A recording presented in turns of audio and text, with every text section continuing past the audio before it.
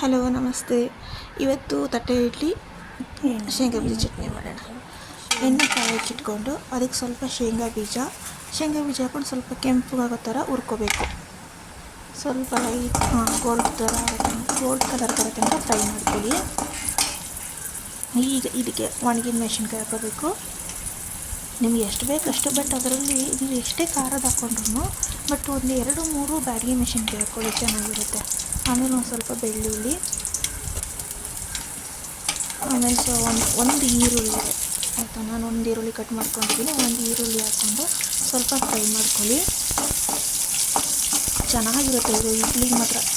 ಬಿಸಿ ಬಿಸಿ ಇಡ್ಲಿ ಶೇಂಗಾ ಬೀಜ ಚಟ್ನಿ ಒಳ್ಳೆ ಕಾಂಬಿನೇಷನ್, ತುಂಬ ಚೆನ್ನಾಗಿರುತ್ತೆ. ನಮ್ಮ ಅಜ್ಜಿ ಮಾಡಿಕೊಡ್ತಾಯಿದ್ರು. ಫ್ರೈ ಮಾಡ್ಕೊಳ್ಳಿ. ಇವಾಗ ಅದು ಅರ್ಧ ಫ್ರೈ ಆದಮೇಲೆ ಒಂದು ಟೊಮೊಟೊ ಹಾಕಿ, ಒಂದು ಸ್ವಲ್ಪನೇ ಹುಣಸೆಹಣ್ಣು ಹಾಕಿ. ಟೊಮೊಟೊ ಹಾಕಿರ್ತೀರ ಬಟ್ ಹುಣಸೆಹಣ್ಣು ಇನ್ನೂ ಸ್ವಲ್ಪ ಟೇಸ್ಟ್ ಚೆನ್ನಾಗಿ ಕೊಡುತ್ತೆ. ಹಾಕಿ ಚೆನ್ನಾಗಿ ಫ್ರೈ ಮಾಡಿ ಆಮೇಲೆ ಒಂದು ಜಾರಿಗೆ ಒಂದು ಸ್ವಲ್ಪ ಕಾಯಿ, ಆಮೇಲೆ ಇದನ್ನು ಫ್ರೈ ಮಾಡ್ಕೊಂಡಿರ್ತೀವಲ್ಲ ಟೊಮೊಟೊ, ಈರುಳ್ಳಿ, ಮೆಣಸಿನ್ಕಾಯಿನೆಲ್ಲ ಅದಕ್ಕೆ ಹಾಕಿ ಎಷ್ಟು ಬೇಕಷ್ಟು ಉಪ್ಪು ಹಾಕಿ ಮಿಕ್ಸಿ ಮಾಡಿ. ಉಪ್ಪು ಕಮ್ಮಿ ಆದರೆ ಬೇಕಾದ್ರೆ ಹಾಕೋಬೋದು, ಜಾಸ್ತಿ ಹಾಕಬೇಡಿ. ಮಿಕ್ಸಿ ಮಾಡಿ ಮತ್ತೊಂದು ಬಾಣಲೆಯಲ್ಲಿ ಎಣ್ಣೆ ಹಾಕಿ ಸಾಸಿವೆ, ಜೀರಿಗೆ, ಆಮೇಲೆ ಕರಿಬೇವು, ಬೇಕಂದರೆ ಒಂದು ಮೆಣಸಿನ್ಕಾಯಿ ಹಾಕ್ಕೊಳ್ಳಿ.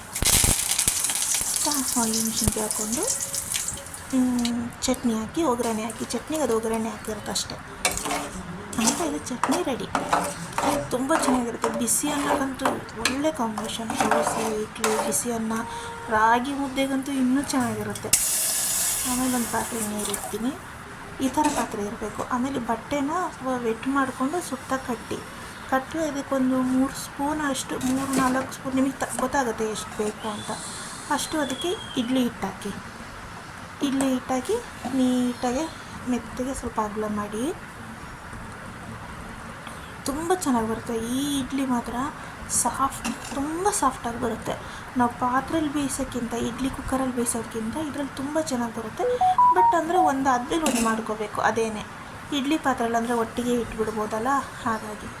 ಈಗ ನೋಡಿ ಇಡ್ಲಿ ರೆಡಿಯಾಗಿ ಬೇರೆ ಒಂದು 10 ಮಿನಿಟ್ಸ್ ಅಷ್ಟೇ. ನೋಡಿ ಎಷ್ಟು ಸ್ಮೂತಾಗಿ ಬರುತ್ತೆ ಅಂದರೆ. ಈಗ ತೆಗಿತೀನಿ ನೋಡಿ.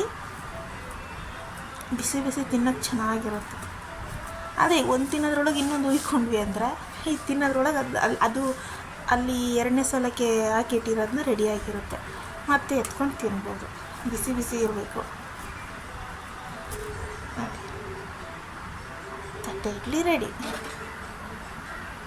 ಶೇಂಗಾ ಬೀಜ ಚಟ್ನಿ ಮಾತ್ರ ಸಕ್ಕತ್ತಾಗಿರುತ್ತೆ. ಯಶಸ್ವಿನಿ ಬಿಸಿಯಲ್ಲಿ ತಿನ್ಬೇಕು. ಬಟ್ ಇಡ್ಲಿ ಬಿಸಿಯಲ್ಲಿ ತಿನ್ನಬೇಕು. ರೆಡಿ. Thank you.